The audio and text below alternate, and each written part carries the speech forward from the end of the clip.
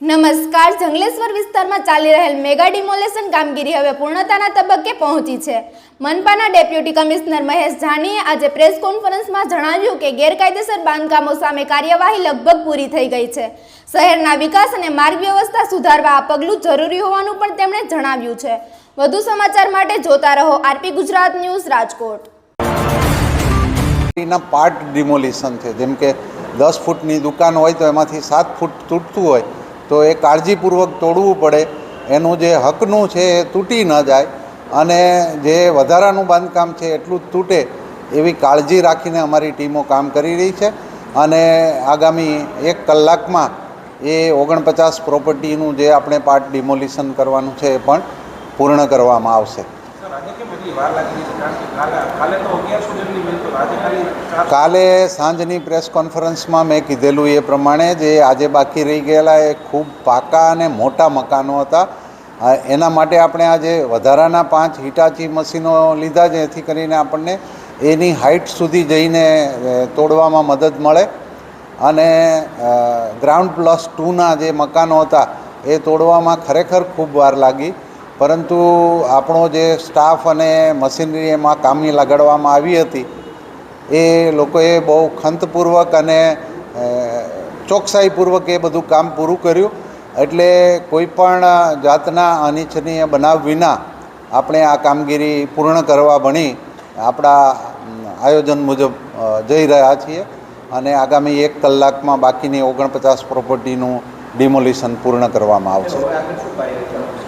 અત્યારે અમે કાટમાળ હટાવવા માટે પેરેલલી ગઈકાલે પણ 1000 મેટ્રિક ટનથી વધારે કાટમાળ હટાવી દીધો હતો અને આજે પણ અમે સાંજે 6 વાગ્યા સુધીમાં 2500 મેટ્રિક ટન જેટલો કાટમાળ હટાવી દઈશું.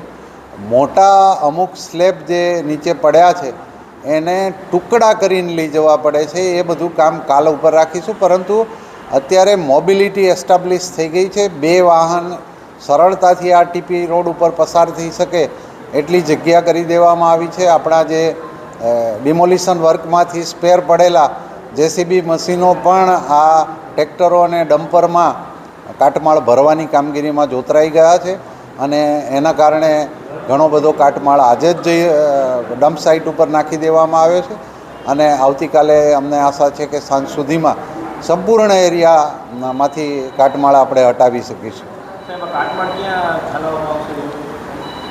આમાં ટ્રેક્ટર તાત્કાલિક ફેરો કરીને પરત આવે એના માટે આપણે દેવપુરામાં એક ખાનગી પ્લોટ માલિકને સંમતિથી ત્યાં નાખીએ છીએ અને ત્યાંથી આપણી સોલિડ વેસ્ટ મેનેજમેન્ટ શાખાના ડમ્પરોમાં એને આપણી ડમ્પ સાઇટ ઉપર કોર્પોરેશનની ડમ્પ સાઇટ ઉપર નાખવામાં આવે.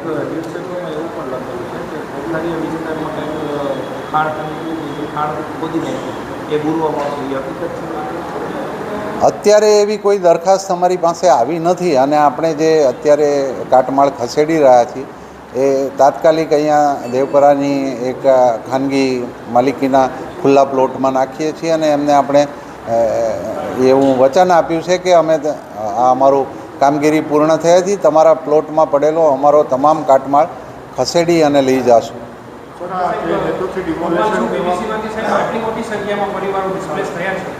કોર્પોરેશને આમના માટે કોઈ ટેમ્પરરી રિલીફ શેલ્ટર વગેરે કશું કર્યું છે તો કેમ નહીં? કોર્પોરેશને એમને કોઈ એવું પ્રોમિસ નથી આપ્યું કે તમને એકોમોડેશન આપવામાં આવશે. એમને સામાન શિફ્ટિંગ કરવા માટે આગલા 2 દિવસ માટે આપણે ટ્રેક્ટરોની વ્યવસ્થા નિઃશુલ્ક કરી હતી અને એનો લાભ મોટાભાગના પરિવારોએ લીધો છે અને એના કારણે આપણને ડિમોલિશનની કાર્યવાહી જ્યારે ચાલુ કરી ત્યારે તમામ પ્રોપર્ટીઓ ખાલી અને શાંતિપૂર્ણ કબજા સાથેની મળી.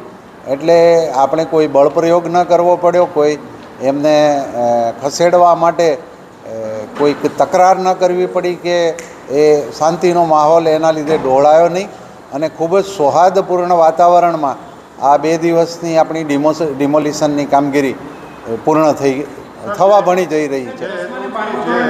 અત્યારે આપણે ડિમોલેશન કર્યું છે તો આગળની શું છે? આગળ રસ્તાની કામગીરી ક્યારથી શરૂ થશે? હા, એટલે આપણા મહાનગરપાલિકા તંત્રની એવી નેમ છે કે શક્ય હશે તો સોમવારે જ આપણે એનું ખાતમુહૂર્ત કરવા જઈ રહ્યા છીએ. કાલે સાંજે માનની કમિશનર શ્રી એ બાબતે અંતિમ નિર્ણય લેશે, જ્યારે આપણે સમગ્ર વિસ્તારમાંથી કાટમાળ ખસેડી લઈશું. સાહેબ, 10મા અને 12મા ધોરણની પરીક્ષાઓ ગુરુવારથી ચાલુ થશે. ત્યાં મોટી સંખ્યામાં વિદ્યાર્થીઓ પણ અફેક્ટેડ ફેમિલીઝમાં છે. આરએમસીએ આમના વિશે કંઈ વિચાર્યું? અમારા પાસે એવા કોઈ પરિવારોની રજૂઆતો આવી નથી અને એટલે અમે એ ઇસ્યુને એડ્રેસ જ નથી કરેલો.